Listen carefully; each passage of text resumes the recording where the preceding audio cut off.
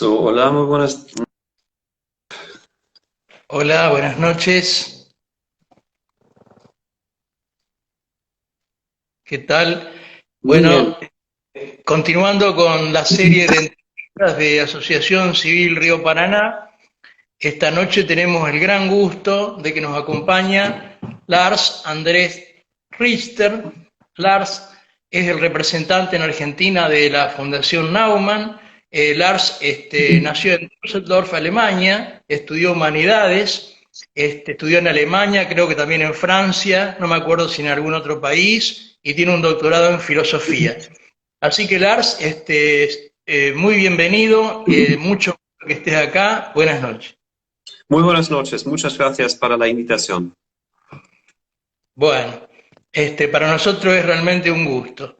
Y bueno, para comenzar, nosotros estamos en la ciudad de Santa Fe, creo que eso lo tenés claro, ¿no? Estamos a 450 kilómetros de la ciudad de Buenos Aires. Y a mí me Sí, gustaría que un poco para que te conozcan acá en la zona, nuestros amigos, nos cuentes un poco sobre la Fundación Naumann, cuáles son sus objetivos, cuáles son las actividades que desarrolla, y cuál es la zona de cobertura. sí, bueno, con mucho gusto. Bueno, la Fundación Friedrich Naumann para la Libertad es una organización non profito, una organización alemana, una fundación alemana. Fue establecido en 1958, 10 años, un poco más que 10 años después de la Segunda Guerra Mundial. Y fue establecido en Alemania del Oeste. Alemania en aquella época lamentablemente fue dividido en dos partes, Alemania, un parte comunista, Alemania oriental y Alemania occidental, el oeste, una república, una democracia. Pero bueno, lo que faltó un poco fue una cultura de democracia y del republicanismo, de la libertad. Por eso fueron establecidos muchas instituciones, muchas organizaciones para ayudar y fortalecer estos valores. Y bueno, la Fundación Friedrich Naumann fue una fundación, una organización muy importante, claramente. Y bueno, el objetivo fue establecer democracia, el republicanismo, los valores del pluralismo, derechos humanos, estados de derecho en aquella época postguerra. Bueno, ese concepto fue relativamente exitoso. Y por eso la fundación exportó este concepto a otros países. Y bueno, Argentina fue un país, es un país. Tenemos una oficina aquí en Buenos Aires, directamente al lado del Palacio de Congresos, o el centro, en el centro, en el corazón, perdón, en el corazón de la ciudad. Y esta oficina fue abierta en 1983. Bueno, hacemos más o menos lo mismo aquí como en Alemania. Trabajamos, luchamos, argumentamos en favor de la democracia, derechos humanos, el mercado libre, una economía del mercado libre. Trabajamos aquí en Argentina y en Paraguay también. Ahora es un poco difícil, un poco complicado, lógicamente, pero normalmente hacemos muchos eventos en capital, pero en las provincias, en otras ciudades también. Perfecto. Bueno, hay una cuestión que nos, digamos, nos preocupa, nos preguntamos nosotros, y te voy a trasladar un poco la pregunta. ¿Cuál es la situación que vos ves del desarrollo del liberalismo en el mundo, en Latinoamérica, en los países que la Fundación cumple acciones y particularmente en Argentina? ¿Vos ves, le ves futuro, ves que es un nicho muy cerrado? ¿Cuál es tu visión de esa cuestión? Sí, bueno, es una pregunta muy compleja lógicamente, porque la situación o el futuro, las perspectivas del liberalismo depende mucho de un contexto concreto, de un país. de una región, digamos, actualmente. En esta situación de la pandemia del coronavirus, creo que es un desafío. Es un desafío para el liberalismo, porque en muchos países, en Alemania también, y en otros países en Europa, hay al menos restricciones.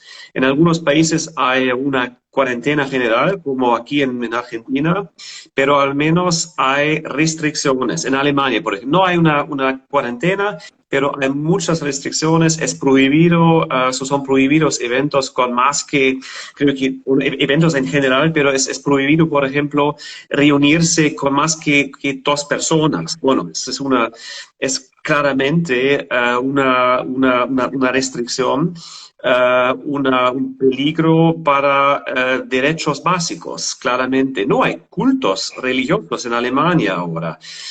No hay la posibilidad de reunirse en grupos más grandes, manifestar, etcétera. Por eso eso no es posible en Alemania tampoco. Aquí es un poco más, poco más restringido la situación. Pero bueno, es un desafío. Por un lado, tiene su lógica, tiene sentido, son medidas para evitar una distribución fatal de este virus. Por un lado, pero por otro lado son afectados otras tareas de la vida de una sociedad, la economía, lógicamente, la vida cultural, la vida social, los colegios. Bueno, yo tengo dos hijos. Bueno, no hay colegio en esas semanas. So, es muy complicado. Y bueno, esta situación está, bueno, la cuarentena ¿cómo se dice? Prolongado o es extendido dos veces. Fue extendido dos veces, dos semanas, 4 semanas, 6 semanas. Y bueno, eso es problemático. Bueno, eso es la situación concreta, un desafío para el liberalismo, para nuestros valores, nuestros ideales. Pero bueno, puede ser un problema, espero que sea solamente un problema temporada. Pero la pregunta creo que es un poco más general. Y bueno, ¿qué pasará después de la cuarentena aquí en América Latina, especialmente aquí en Argentina y en los Estados Unidos, en Europa? Y bueno, un punto es claramente en nuestros días, un punto independientemente de esta cuarentena, es el populismo. Eso fue el problema para el liberalismo, para sus valores en los años pasados. Fake news, o sea, informaciones falsas en el Internet, eso fue otro desafío. Y bueno, poderes, países con gestiones autoritarias. Bueno, por ejemplo, China y Rusia. Y bueno, con sus posibilidades, bueno, de instrumentalizar el Internet, por un lado, y bueno, propaganda normal, por otro lado, el populismo. Eso son otros desafíos. Bueno, en general, yo soy muy optimista como liberal.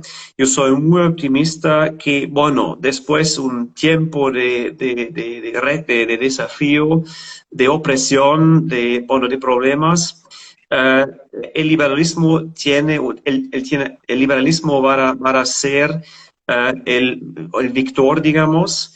Va a ganar este juego, este conflicto, porque tiene los conceptos más fuertes a medio y a largo plazo. Bueno, por eso hay problemas muy concretamente ahora, en esos días, con la cuarentena y otras restricciones. Tenemos problemas con populismo en los Estados Unidos también, en Brasil, claramente, aquí en América Latina. Bueno, pero en medio plazo creo que nosotros tenemos los argumentos más interesantes. Bueno, mira, hay una cuestión que tiene que ver con esto, que es lo siguiente. Nosotros cuando los niños por ahí dicen alguna grosería, le decimos no digas malas palabras. Y por ahí las palabras no son malas ni buenas en sí mismas, sino en relación al contexto en que están dichas. Nosotros todos los días nos levantamos, vamos a trabajar para ganar dinero. Y todos los días tratamos de aprovechar todos los bienes y servicios que están a nuestra disposición. En estos últimos 200 años el progreso, el desarrollo logrado es extraordinario, sorprendente.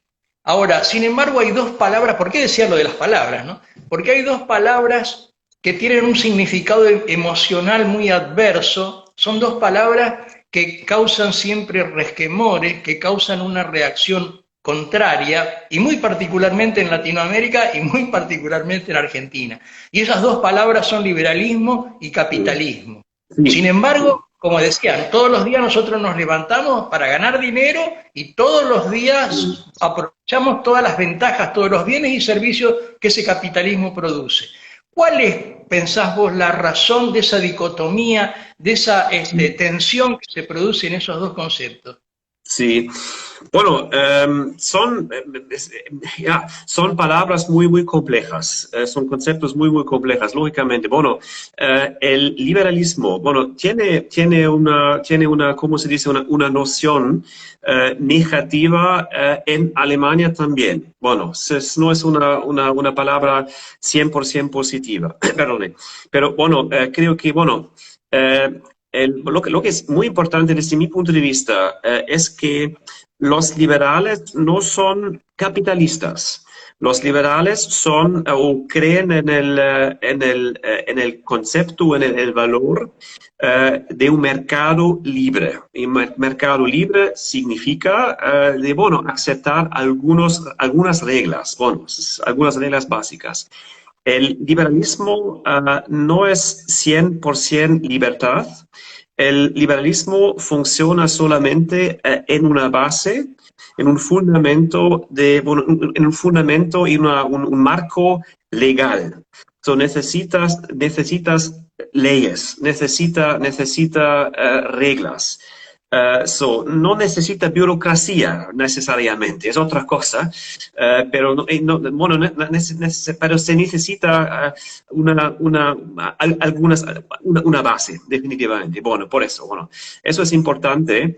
Y lo mismo con la democracia. La democracia, a prima vista, bueno, democracia es el poder del pueblo, pero, o el poder de la mayoría. Pero una democracia puede funcionar solamente en el marco de un Estado de derecho. Bueno, claramente para proteger a las minorías también. Eso es muy importante. Y bueno, el capitalismo, bueno, es un poco complicado. Bueno, ¿sabe? En Alemania existe esta palabra del mercado social, o del capitalismo social. O sea, no es un capitalismo sin reglas, no es un capitalismo, no es un mercado que acepta todo. Es un mercado que tiene algunas tradiciones, etcétera, y por eso, si no, esto sería un peligro para el mercado mismo y para la gente que consumen, que producen, que consumen. El liberalismo es un poco más que el capitalismo, y el liberalismo es definitivamente más que solamente el mundo económico. El liberalismo tiene mucho que ver con estilo, con cultura, con comportamiento. Eso es muy, muy importante. Y bueno, el liberalismo tiene que ver con cuestiones legales también. Y no solamente con producir y consumir. Bueno, yo soy completamente en favor de un mercado libre. Para mí no es una una cosa indiscutible, una cosa éticamente mala de producir o consumir o comprar cosas. Bueno, hay muchas ideologías que dicen es éticamente, es dinero, no es importante, como, me faltan las palabras, es una depravación, etcétera. Bueno, no tiene cultura el dinero. No. Creo que el mercado es un espacio moral también.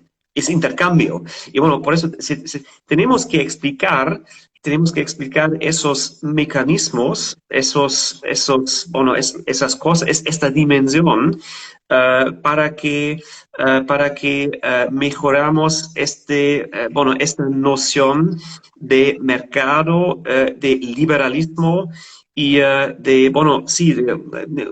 capitalismo también, ¿no?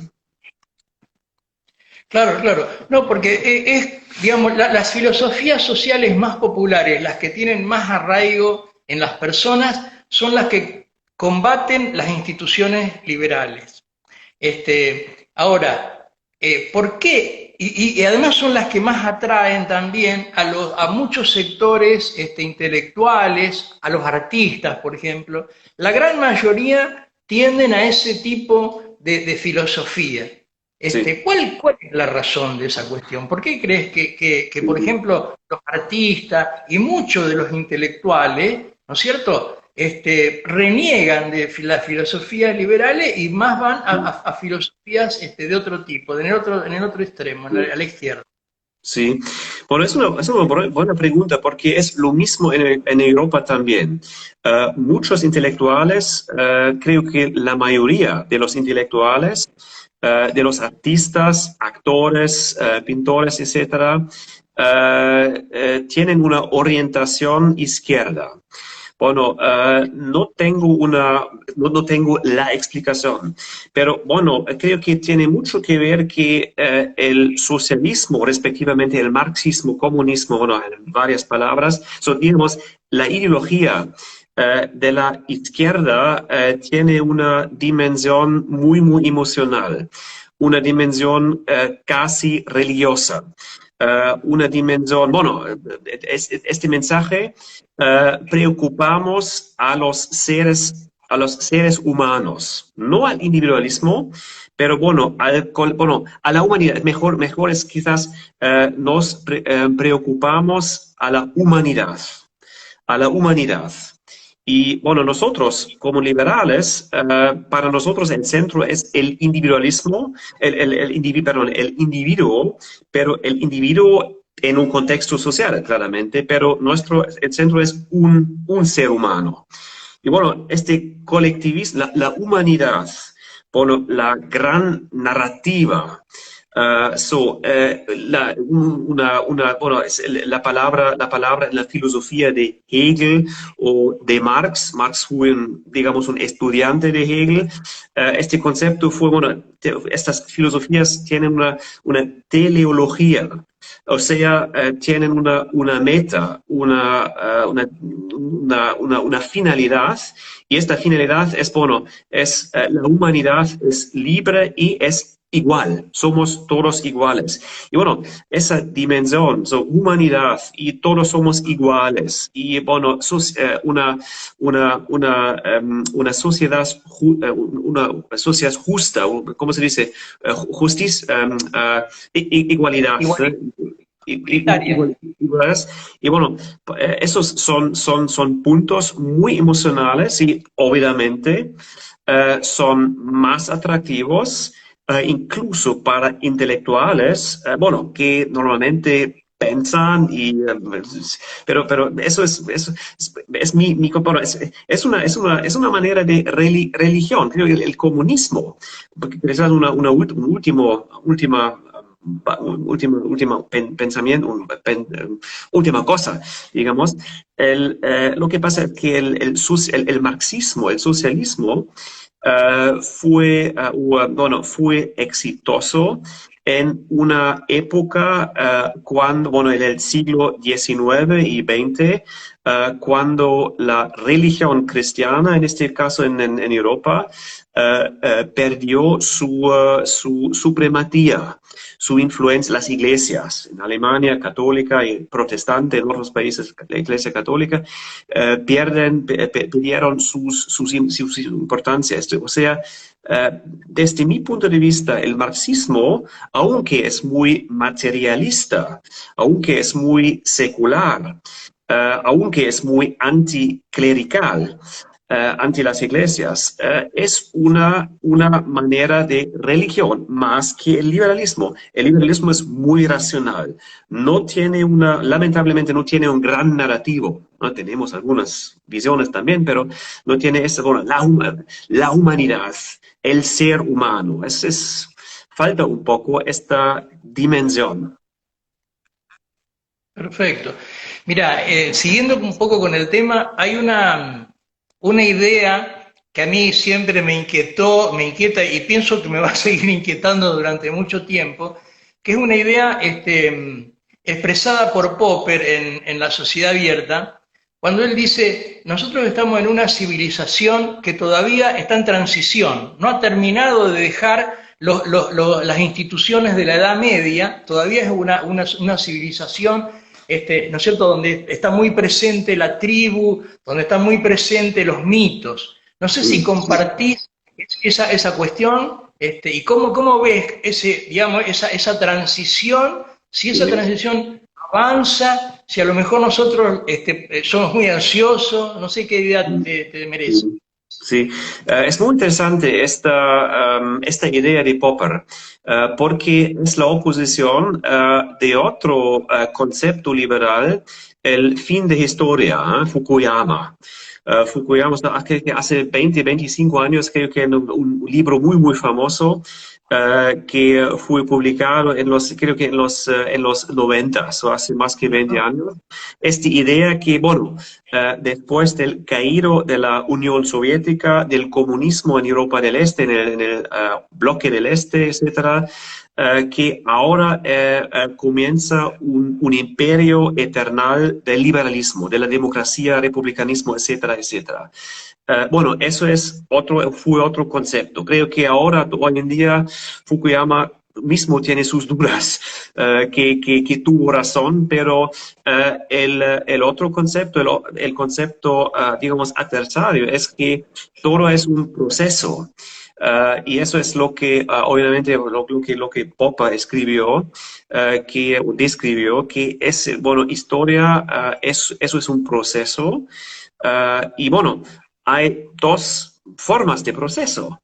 Bueno, la filosofía de Hegel y la filosofía de Marx es un proceso también, pero con una meta, digamos, con una destinación, con una dirección. Y bueno, tengo la impresión, bueno, yo conozco a Popper lógicamente también, pero creo que lo que Popper quiso decir fue que, bueno, una experiencia, un experimento, digamos, historia como experimento. Y bueno, hay una dinámica, hay un desarrollo, no es terminado, pero bueno, puede pasar que bueno, la historia tiene una dirección populista, autocrática y de vez en cuando liberal. Y bueno, y creo que hablando de la situación del año 2020, hablando del siglo XXI, creo que Popper tiene razón. Todavía hay en estados, en sociedades racionales como Estados Unidos, como Alemania, como Argentina, hay una mitografía muy fuerte. Yo prefiero la palabra el romanticismo. Irracionalidad. Bueno, mitología es un poco más concreto, bueno, romanticismo es quizás el comienzo, y eso es mi experiencia en Alemania también.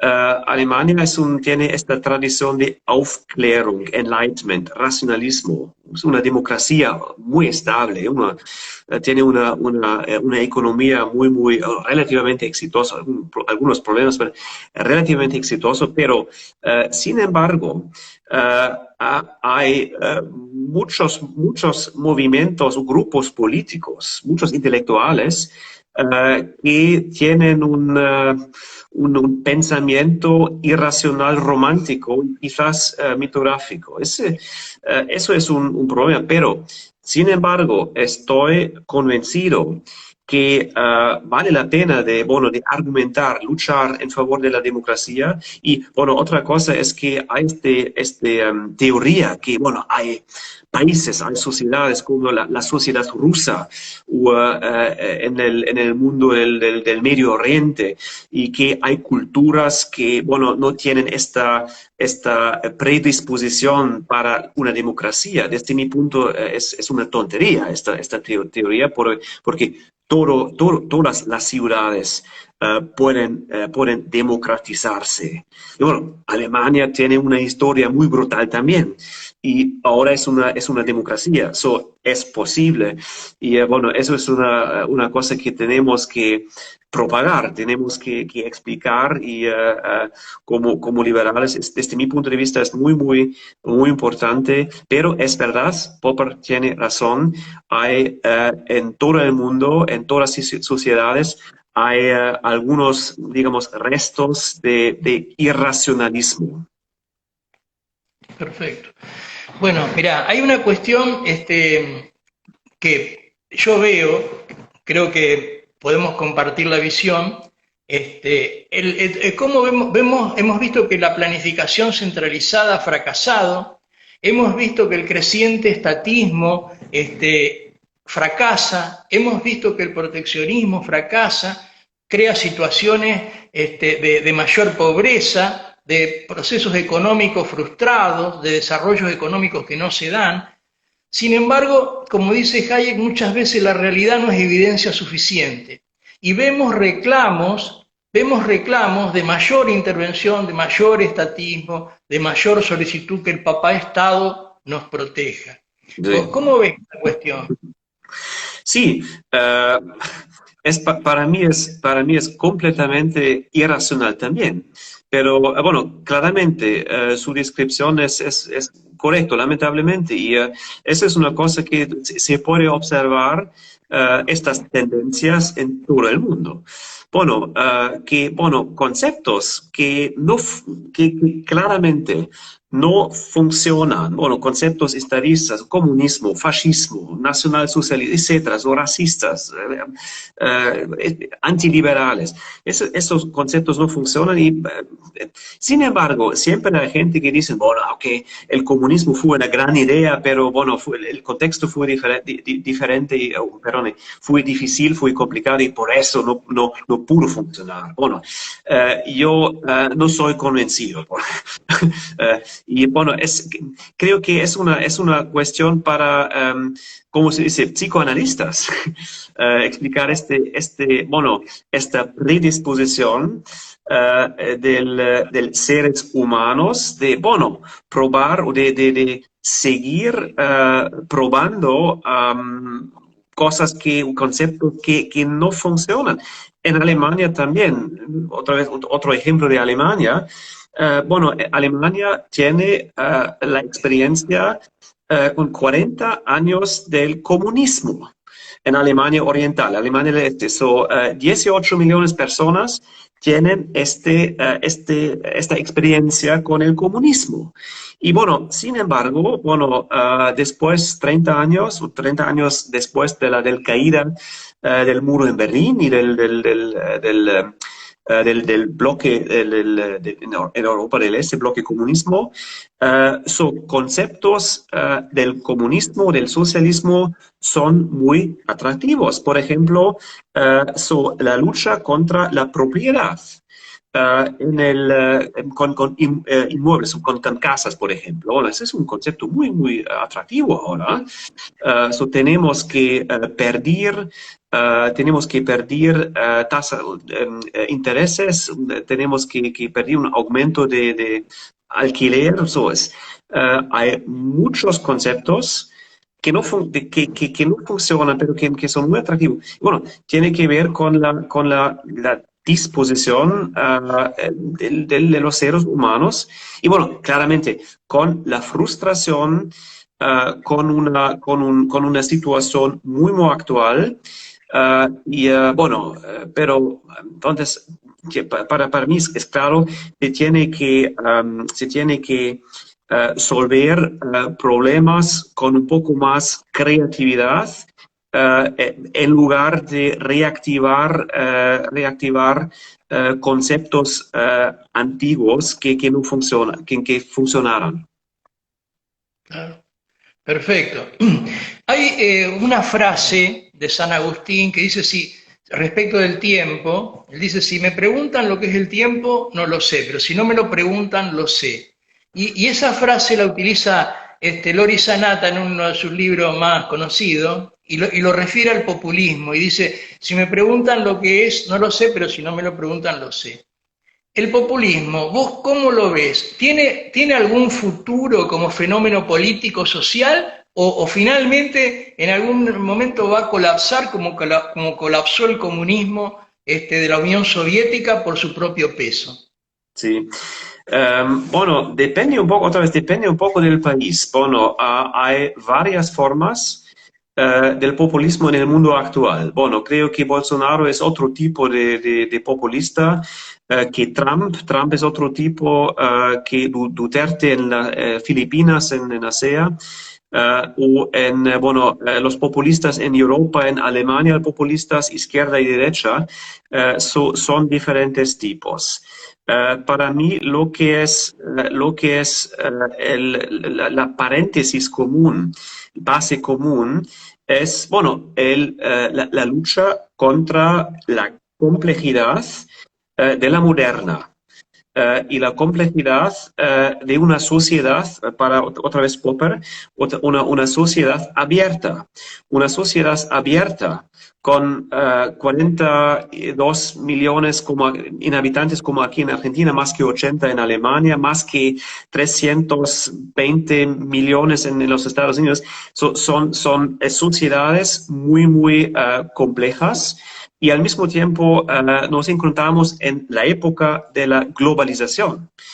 Por eso estamos hablando de un mundo complejo. Populismo es una reacción.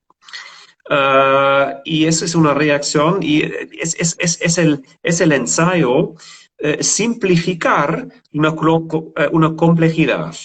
Y bueno, lo que pasa es que claro que en una sociedad abierta, una sociedad con diferente gente, con diferentes profesiones, hay mucha gente que para quienes se tiene que explicar esta complejidad. Estoy convencido que se puede explicar. Pero lo que hacen los populistas, facilitan o simplifican esta complejidad en su favor para ganar elecciones. Y bueno, no es posible de decir, para dar un ejemplo muy concreto, podemos hablando de la crisis de los refugiados en Europa, porque eso fue la época de los populistas en Europa. Y bueno, los populistas hicieron, cerramos los límites. Sacamos todos los extranjeros y basta. Y listo, perdón, y listo. Y bueno, es una solución muy, muy simple, una reacción muy simple a un problema histórico, porque siempre hubo migración. La historia es una historia de migración. Argentina es un país de migración y también Alemania un poco también, ¿no? Y por eso eso no funciona. La reforma del sistema de jubilación, la reforma del sistema, la reforma del mercado de trabajo, la reforma del sistema de salud, son temas complejos. Los populistas dicen, no problema, tenemos por eso, lo que quiero decir, creo que el populismo como forma de comunicar en el mundo político, creo que eso lamentablemente tiene un futuro, porque siempre hay cosas, hay gente que quieren solucionar cosas complejas en una manera muy simple. Pero creo que, bueno, digamos, los líderes populistas, Trump, Bolsonaro, y otras, bueno, Duterte y bueno, claro, Hugo Chávez ahora en Venezuela, como un populismo de la izquierda. Creo que vamos a ver una época cuando líderes democráticos van a ser, o políticos democráticos van a ser en poder, van a estar en poder, pero el populismo como forma, lamentablemente creo que no va a morir. Creo que, último punto, creo que en una sociedad pluralista, hay siempre algunos grupos radicales, populistas, racistas, lamentablemente. Bueno, sí es 1%, perfecto, ¿no? Son 10 personas y, bueno, nuestra tarea es, bueno, reducir este grupo, pero en una sociedad liberal no se puede eliminar. Eliminar es una cosa para dictaduras, se puede reducir por la argumentación política. Perfecto. Bueno, voy a cambiar un poco el tema. Dice Ayn Rand, dice, la filosofía es la fuerza básica que moldea la mente. La puede moldear para bien, la puede moldear para mal. ¿Cuál es tu parecer respecto de cómo se sitúa el sistema de la filosofía objetivista y toda la obra de Ayn Rand, digamos, la filosofía actual? ¿Vos le ves este futuro? ¿Ves que puede desarrollarse? ¿Cuál es tu parecer? Sí, bueno, la filosofía, bueno, yo estudio filosofía, bueno, pero lamentablemente creo que la filosofía es un tema solamente para alguna gente, alguna gente que leer, digamos, a Kant, Platón, Heidegger, Rand, bueno, por eso, pero creo que definitivamente siempre hay gente que se interesan y que se interesarán a libros y a obras filosóficas o obras de filósofos. Bueno, y bueno, por eso estoy optimista que, bueno, hay siempre, lamentablemente, hay siempre un interés en las obras de Karl Marx. Y por eso estoy seguro que hay siempre un interés en las obras de Karl Popper, de Aristóteles, que es un filósofo liberal, digamos, del griego, de la época griega antigua, pero tiene algunos puntos muy liberales. Bueno, Kant también, Immanuel Kant, claramente. Y bueno, creo que habrá siempre un interés en, bueno, leer las obras, los libros, y espero también que siempre sea o exista un interés de, bueno, de ¿cómo se dice? Convertir estas ideas en la vida práctica. Bueno, ese es otro punto. Bueno, leer en círculos cerrados es una cosa, pero tomar estos libros de los pensadores liberales tomar estos libros como se dice, receta o como un libro para hacer algo. Eso es algo, estoy seguro, estoy convencido que eso será el caso. No, porque a lo mejor por ahí leer a Kant resulta complejo, no es una lectura fácil, pero Sí. Ayn Rand tiene algunos libros, algunos tiene ensayos, etcétera, que me parece que son de una lectura media para una persona que puede tomar el libro y leerlo. No sé si Sí, claro. conoce. Sí, bueno, claro, claramente. Bueno, con respecto a Rand, lamentablemente ella no es muy conocida en Alemania. Tiene que ver con esta cultura de la izquierda. Bueno, todo el mundo conoce a Sartre, Jean-Paul Sartre, Habermas, que no es un comunista, pero es una persona de izquierda liberal, digamos. Bueno, hay mucha gente que son muy popular y lamentablemente los libertarios, Rothbard, por ejemplo, y otros, no son muy popular. Creo que son populares en el mundo anglosajón, en los Estados Unidos, claramente, aquí en América Latina, por suerte, pero yo veo un gran déficit en muchos países de Europa. Bueno, todo el mundo conoce Kant, bueno, pero bueno, Popper con Popper es un poco complicado. Hayek, pues, es para expertos y se tiene definitivamente popularizar estos títulos o obras, creo que vale la pena. Perfecto.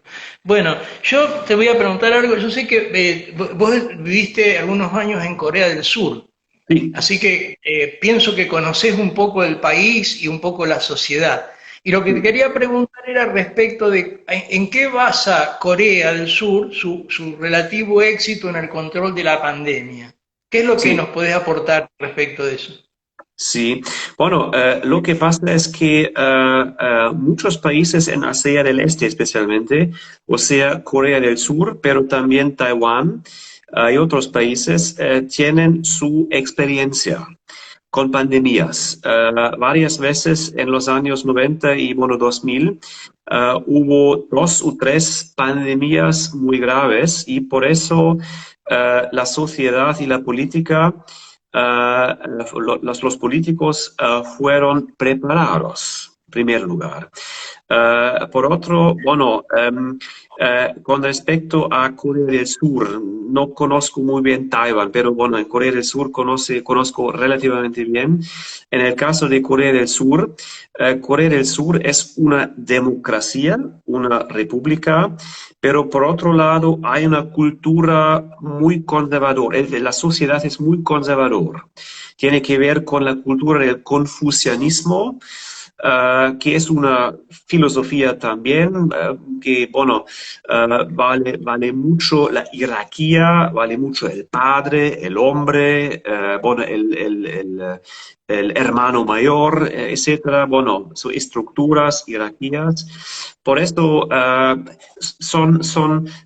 tiene que ver con su pregunta hace media hora. Hay bueno, una democracia por un lado, transparente y, bueno, democracia muy clara, pero al mismo tiempo una cultura muy tradicional, con mitos, etcétera, con narrativos. Bueno, y por eso o fue y es relativamente fácil convencer a los coreanos, bueno, digamos, quedar a casa y bueno, para tomar máscaras, etcétera. Hay una cultura de disciplina, creo que tiene que ver un poco con eso, pero claramente tienen una gran afinidad a la tecnología, creo que tienen un nivel relativamente alto con respecto a a tecnología en los hospitales. Y claramente otra cosa que es relevante son los textos. Bueno, siguen testando muchas, no conozco la cifra, pero una gran cantidad de gente cada día para decir, bueno, usted es infectado, es decir, se tiene hay que quedar en casa, cerrarse en casa, y otros no. Por eso, experiencia, el nivel tecnológico, disciplina y, sí, es esta combinación. Creo que esa combinación es la razón porque ellos son relativamente exitosos luchando esta pandemia, pero todavía hay restricciones, incluso 3 meses después del primer caso. Perfecto. Bueno, uno de los riesgos, ¿no es cierto?, que pueden verse o que podrían resultar de esta pandemia es el que se generen relaciones o reacciones xenófobas, digamos, mucha concentración, exacerbación de los nacionalismos, que por ahí incluso estas manifestaciones ya estaban antes de la pandemia. En Europa, por ejemplo, lo veíamos en España, vimos el Brexit, que nos sorprendió. ¿Cómo vos que sos de Alemania europeo, cómo ves esa cuestión particularmente en Europa, el tema de los nacionalismos que están un poco haciendo crujir a la comunidad europea? Sí, es verdad, hubo una manera de, digamos, renacimiento del nacionalismo hace 5 años más o menos, o antes de la pandemia. Eso es verdad, bueno, a causa de esta crisis de refugiados. Normalmente partidos populistas tienen una gran parte de nacionalismo en su programa, en su ideología. Es muy, muy importante el nacionalismo, especialmente los populistas del lado derecho. La izquierda un poco también. Oficialmente la izquierda es una ideología internacional, no es verdad, 100%. 100%. Entonces, el nacionalismo, el etnocentrismo, lamentablemente tuvo una importancia en Europa. Bueno, lo que pasa ahora es que las cosas que están pasando ahora, bueno, la cierre de las límites es el sueño de las populistas, porque bueno, los límites en Europa, en Europa libre, sin límites, bueno, eso fue la idea, bueno, la idea de la Unión Europea, un espacio, una entidad supranacional sin límites, con libre comercio, etcétera, movimiento libre, etcétera, etcétera. Bueno, ahora tenemos una Unión Europea muy formal, con países con límites cerrados. Bueno, otra vez, espero que sea solamente una situación temporal y en 2 meses espero que los límites sean abiertos otra vez. Pero ahora todo Europa es más o menos cerrado. Bueno, no intercambio, no contactos, no intercambio social, no intercambio económico. Por eso, bueno, vamos a ver, esa es la pregunta, ¿qué pasará después de esta época, de este periodo, digamos? ¿Qué pasará en junio, julio, agosto con esta experiencia? ¿Y qué pasará con los partidos nacionalistas? Lo que es interesante, solamente un comentario otra vez a Alemania. Ahora, bueno, con respecto a las encuestas, el partido más exitoso ahora es el partido Christdemócrata de Angela Merkel, la canciller, y bueno, eso es el partido que muy exitoso en las encuestas. Los populistas, por suerte, no están perdiendo en las encuestas. Bueno, por eso puede ser que si en muchos países, entre otros Alemania, y otros también, espero, puede ser que con esta experiencia el populismo no, bueno, el populismo es, digamos, la influencia será reducido, bueno, vamos a ver, y el nacionalismo al mismo tiempo. Pero, bueno, Trump, bueno, hablamos de los Estados Unidos, America First, eso es nacionalismo, nacionalismo 100%. Lo que es muy interesante es un país como Argentina, es un país, una sociedad de inmigración, un país donde inmigración, una sociedad multiétnica es la normalidad. Y para mí es una sorpresa, no es una sociedad tradicional como Corea o como Japón o como Alemania también, un poco, o Francia. Un país de migración y por eso no hay un vínculo entre el nacionalismo de Trump y esta sociedad intercultural o multicultural, multiétnica. Bueno, es una sorpresa para mí, pero vamos a ver. Bueno, sí, puede ser que Trump ganará las elecciones en noviembre otra vez, puede pasar. Y entonces es una prueba que bueno, America First, este nacionalismo funciona, tiene un futuro, al menos al medio plazo.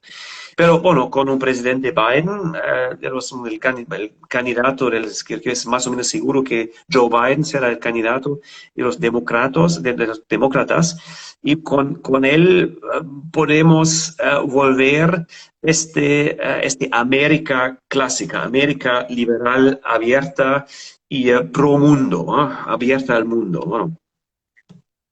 Bueno, Otra vez, depende mucho del país, el futuro del nacionalismo.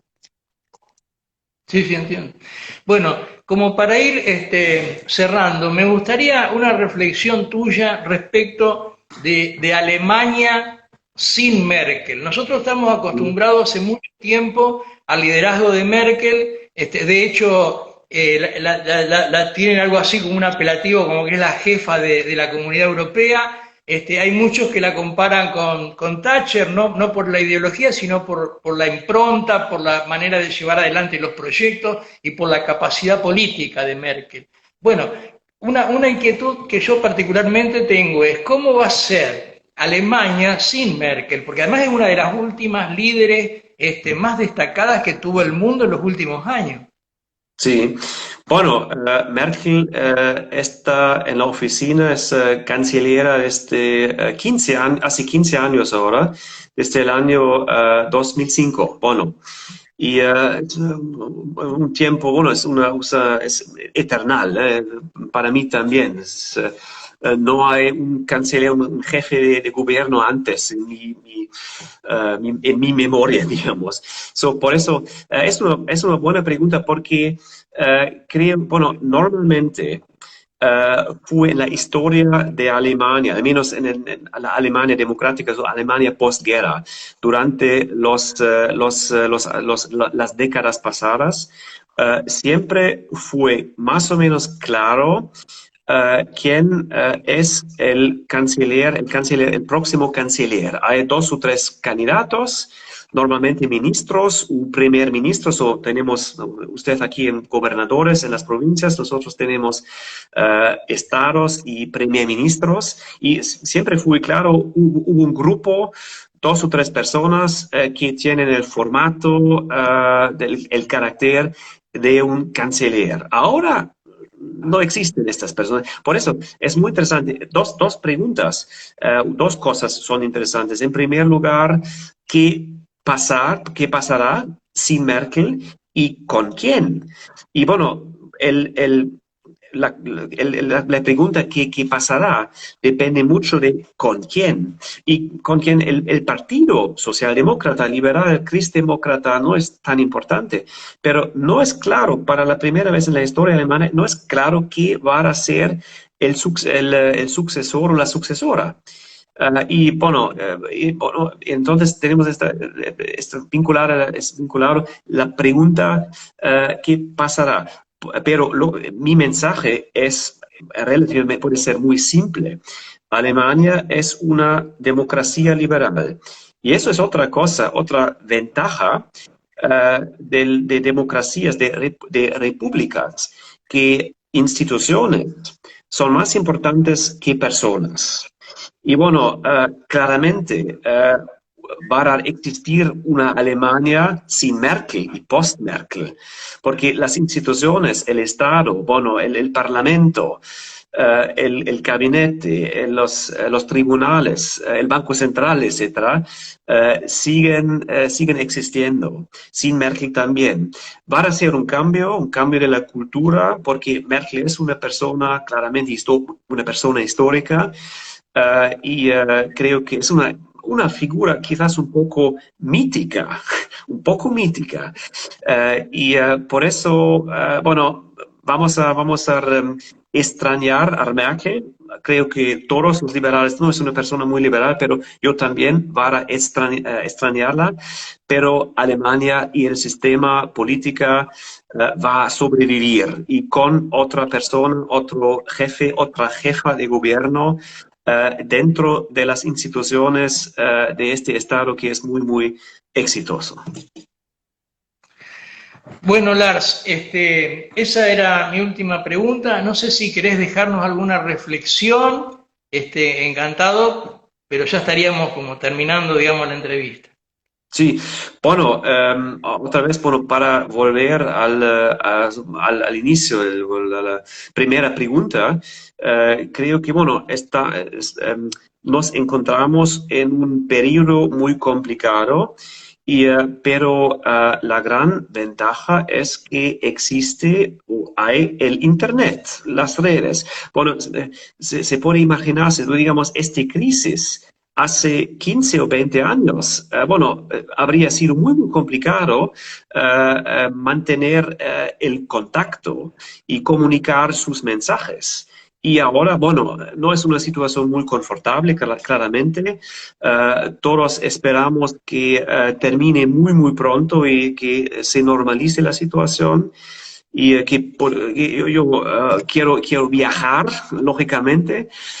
Sí, es muy, muy complicado ser cerrado en su piso. Pero, por otro lado, por suerte, tenemos este mundo digital, este mundo virtual, Internet, redes sociales, y bueno, la lucha para la libertad, para nuestros valores, puede continuar.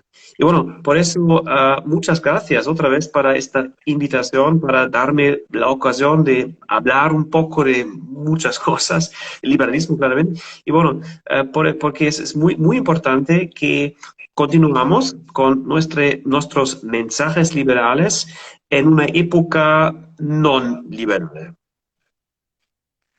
Bueno, Lars, muchísimas gracias, un gusto y un honor para nosotros haberte tenido esta noche. Y bueno, nos estamos viendo en cualquier momento, y en cuanto podamos hacer algún evento presencial, por supuesto que vamos a contar con tu presencia, estoy seguro. Con mucho gusto, muchas gracias y buen fin de semana. Gracias. Gracias Chao. igualmente. Hasta luego, chao. Chao.